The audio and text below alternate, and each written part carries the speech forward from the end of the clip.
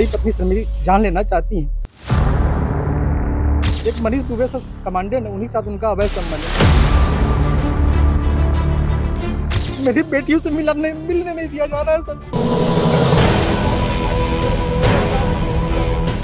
तूने झूठ बोल के शादी की थी, लेकिन इसे सफाई देने की शादी नहीं।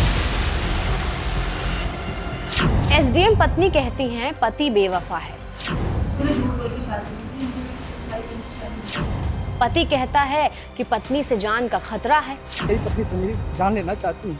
मुझे सिर्फ फोन करके कही है कि ये जांच सब रुकवा दो, नहीं तो तुम्हारी जान चली जाएगी। आलोक मौर्य की आंखों से बहते इन आंसुओं को देख लीजिए और जान लीजिए कि प्रयागराज में बरेली तक सुर्खियों में तैर रही प्यार, इश्क, मोहब्बत की दास्तान अब अदावत और तलाक की बातों तक पहुंच गई है। श्री आलोक कुमार मौर्य के साथ मेरा व्यक्तिगत पारिवारिक विवाद चल रहा है और विवाद विच्छेद के लिए तलाक हेतु मेरे द्वारा उनके खिलाफ मुकदमा भी दायर किया गया है। बरेली में तैनात एसडीएम ज्योति मौर्य और आलोक मौर्य का किस्सा आप जानते हैं, लिहाजा इसकी डिटेल में नहीं जाएंगे, पर ये जरूर बताएंगे कि ज्योति मौर्य की कथित बेवफाई के किस्सों का साइड इफेक्ट देश के कई शहरों में भी नजर आने लगा है।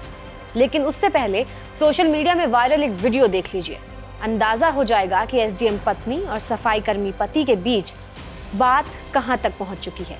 लेकिन बता देते हैं कि एबीपी न्यूज वायरल वीडियो की पुष्टि नहीं करता है।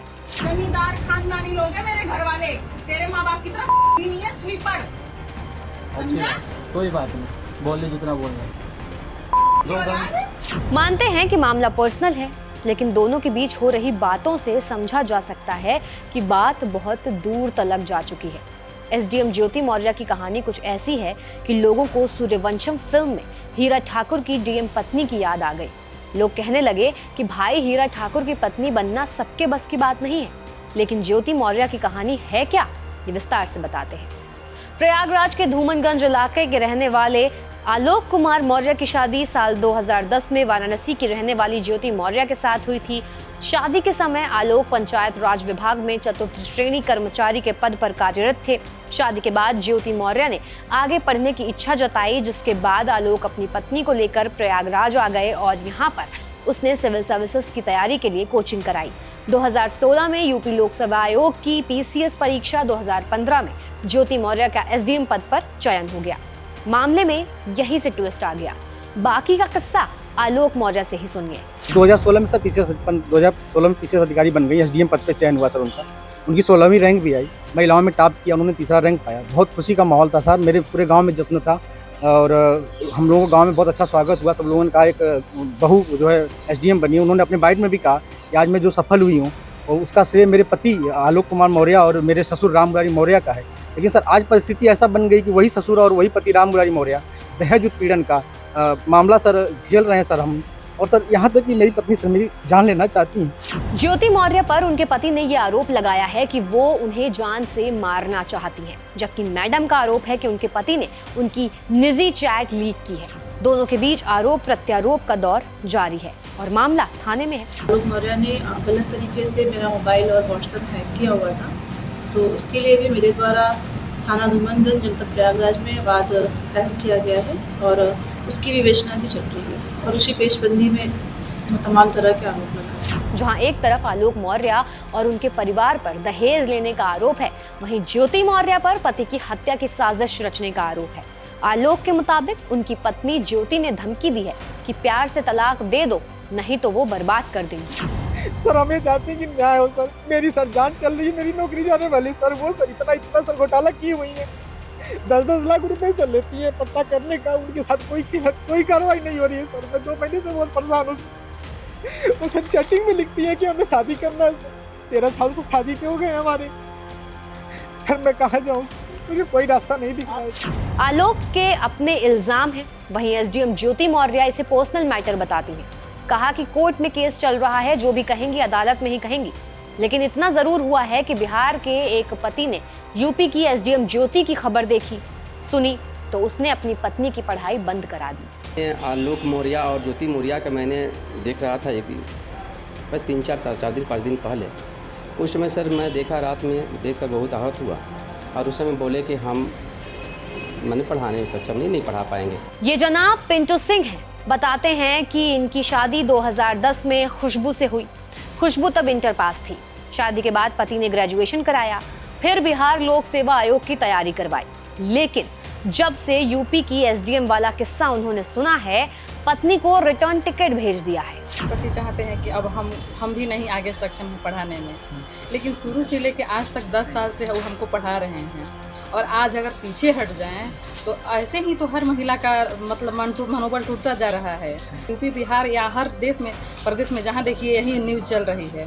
हर लोग पीछे हटते रहें, सब लोग कह रहे हैं कि बेटी पढ़ाओ पत्नी नहीं। देखिए हर कोई एक जैसा तो नहीं है। यूपी बिहार हर जगह तो यही न्यूज़ चल रही है। देखिए हर कोई एक जैसा नहीं है।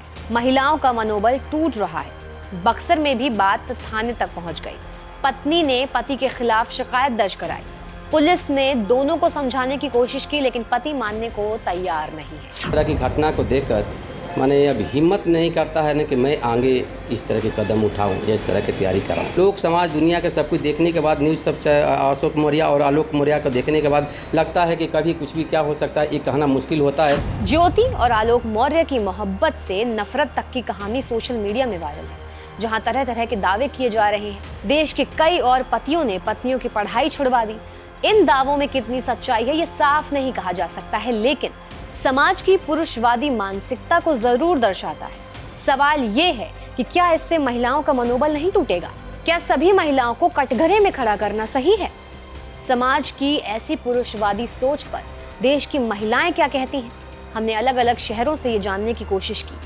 किसी को भी हक नहीं है कि कोई उसका साथी, जीवन साथी जब उसके स्ट्रगल में उसका साथ दे रहा है तो सक्सेसफुल होने के बाद आप उसे नहीं छोड़ सकते। कुछ भी है ये विषय सामाजिक जो अवमूल्यन है, जो हमारे मूल्य है, कहीं ना कहीं उनका ह्रास है। का ये मतलब नहीं है कि लोग अपनी पत्नी को पढ़ाने ना दें, क्योंकि ये एक पर्टिकुलर माइंडसेट की बात है मेरे हिसाब से। मगर इस बात को लेकर तो ये बहुत गलत बात है कि मतलब एक लड़की ने अगर ये काम कर दिया तो सारा ज़माना थोड़ी ये काम कर रहा है। अगर मान लो एक मछली ने तालाब गंदा कर दिया तो सारी मछली थोड़ी गलत हो जाएंगी। 21वीं सदी में जब महिलाएं पुरुषों के कंधे से कंधा मिलाकर चल रही हैं, जब देश की बेटियां सरहद से अंतरिक्ष तक की ऊंचाइयां नाप चुकी हैं, इतना ही नहीं, इस साल देश में सर्वाधिक प्रतिष्ठित सिविल सेवा परीक्षा के पहले 4 स्थानों पर जगह बनाकर बेटियों ने फिर अपनी प्रतिभा का परचम लहराया है।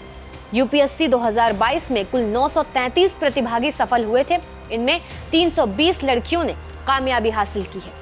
खास बात यह है कि टॉप की 4 पोजीशंस पर लड़कियां रही हैं। ऐसे दौर में जब देश की बेटियां कामयाबी का नया इतिहास लिख रही हैं, तब एक मामले को लेकर पढ़ाई छुड़वाने वाली दकियानूसी सोच महिलाओं की तरक्की में सबसे बड़ी बाधा है। यही वजह है कि प्रधानमंत्री मोदी कई बार महिला सशक्तिकरण का जिक्र करते रहते हैं। 20वीं सदी के भारत के तेज विकास के लिए महिलाओं का तेज विकास, उनका सशक्तिकरण उतना ही जरूरी है।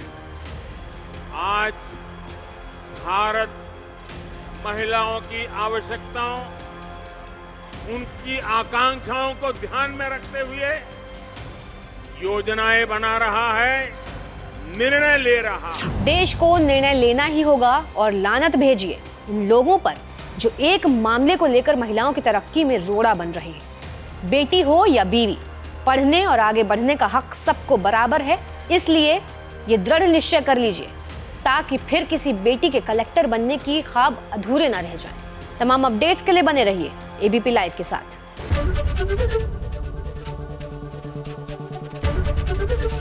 एबीपी गंगा, खबर आपकी, जुबान आपकी।